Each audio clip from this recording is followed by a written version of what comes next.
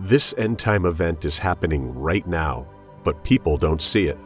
We can see end-time prophecies being fulfilled all around us, but people are not paying attention. The four horsemen described in the book of Revelation 6 are beginning to somewhat show signs of their work. You only need to look at the last 5 years of the world, and you can see signs of their arrival, signs of their effect upon the earth.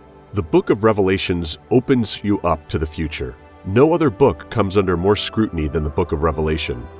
No other book in the Bible is contested quite like the book of Revelation. And there are churches that actively avoid the book of Revelation. Churches that actively attempt to discredit the book of Revelation. That alone should tell you something about the book of Revelation. I believe the reason the book of Revelation is contested is because of two reasons. Reason number one being, the book of Revelation reveals Jesus Christ in a way no other book in the Bible reveals Jesus Christ. It reveals him as he is today, not as a baby in a manger, but it reveals him as the living one. It reveals him as the Almighty. The book of Revelation exalts the Son of the living God like no other book in the Bible. If you want to know the Lord Jesus Christ to a greater degree, go to the book of Revelation. The second reason is because it reveals the future and the things to come. I believe wholeheartedly that the book of Revelation is unfolding before our eyes. We are living in just a preamble to the real event. What we are observing now is an introduction to what is yet to come. John saw a revelation of 7 seals that were being opened in heaven. Our particular interest is to beam a searchlight on the event that followed after the opening of the 3rd seal and find out its significance. More so, we must get prepared. The last days is no longer a future. It is now. Revelation 6, chapter 5 through 6. And when he had opened the 3rd seal, I heard the 3rd beast say, "Come and see." And I beheld, and lo, a black horse, and he that sat on him had a pair of balances in his hand.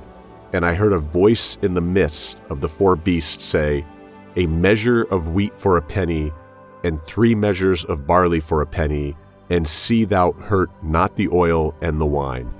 Immediately the 3rd seal was opened, and John was directed to observe another horse, which was different from the former. The horse that John saw was a black horse, signifying famine, a terrible judgment of God which will come upon the world in the last days, and especially during the Great Tribulation. The one who sat on the horse had a pair of balances in his hands. The black horse represents famine, and its rider had a pair of balances, suggesting that a time is coming when the people of the earth must eat their bread by measures, not out of being conservative, but for the sake of abject shortage of food. A great number of Bible scholars believe that Revelation chapter 6, verses 5 through 6 is referring to inflation. Inflation is the decline of purchasing power of a given currency over time. A quantitative estimate of the rate at which the decline in purchasing power occurs can be reflected in the increase of an average price level of a basket of selected goods and services in an economy over some period of time. The phrase, "a measure of wheat for a penny and 3 measures of barley for a penny," reflect the inflationary rise indicated in this Bible verse. The prices detailed in this verse are about 12 times higher than normal. This means that it would cost a day's wage to buy the ingredients for a loaf of bread. This describes, quote, "a time of famine when life will be reduced to the barest necessities." The phrase, quote, "see thou hurt not the oil and the wine," refers to the fact that less crucial supplies are available to those who can purchase them. In other words, the luxuries of life will be available for those who can purchase them. Currently, we are all aware that the value of our money is depreciating and becoming of lesser value than it used to be. The average U.S. rent price rose 14% last year to $1,877 a month, with cities like Austin, New York, and Miami notching increases of as much as 40%, according to real estate firm Redfin. Now we are buying lesser quantities of products for a higher price. Some producers are shrinking the weights and volumes of their products in order to keep with the existing price system, while some only raise the price of their products intermittently. However, we cannot shy away from the fact that we currently live in a very inflated society. According to a research carried out by the Pew Research Center in November 2021, the annual rate of inflation in the United States hit 6.2% in October 2021, the highest in more than 3 decades, as measured by the Consumer Price Index, or CPI. An attempted explanation for the current increasing inflation rate was observed to include disruptions in the global supply chains amid 2020 and 2021 and turmoil in the labor markets. The Pew Research Center found that the U.S. rate of inflation was running higher than it has at any time since the end of the Cold War, and decided to compare the U.S. experience to those of other countries, especially its counterparts in the developed world.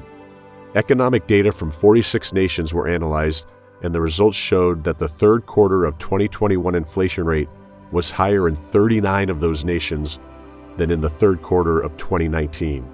In 16 of the countries considered, including the U.S., the inflation rate was over 2 percentage points higher last quarter than in the same period of 2019. Furthermore, the research found that the level of inflation in each country showed the same pattern of variation. We can see this prophetic event happening and the rider with a black horse slowly arriving onto the world stage. But I want to encourage you today. Do not be disheartened.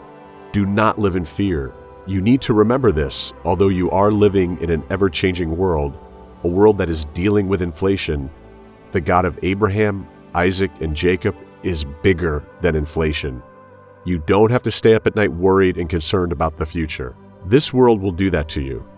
This world will make you stress and worry and stress some more and add a little anxiety on top of all that stress and worry.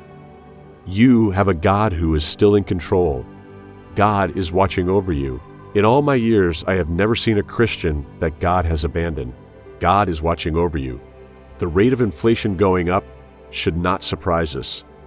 I believe what we are seeing is only the tip of the iceberg. The Black Rider will eventually come with all his force. But as a child of God, you don't have to live in fear. Now I want to read you a chapter in the book of Psalms. It is arguably one of the most known chapters in the Bible, but I want to read it for you like you have never heard it read before. Notice the change in Psalm 23. David goes from talking about God in the third person to talking to God directly. The Lord is my shepherd, I shall not want. He maketh me lie down in green pastures. He leadeth me beside the still water. He restoreth my soul. He leadeth me in the path of righteousness for his name's sake.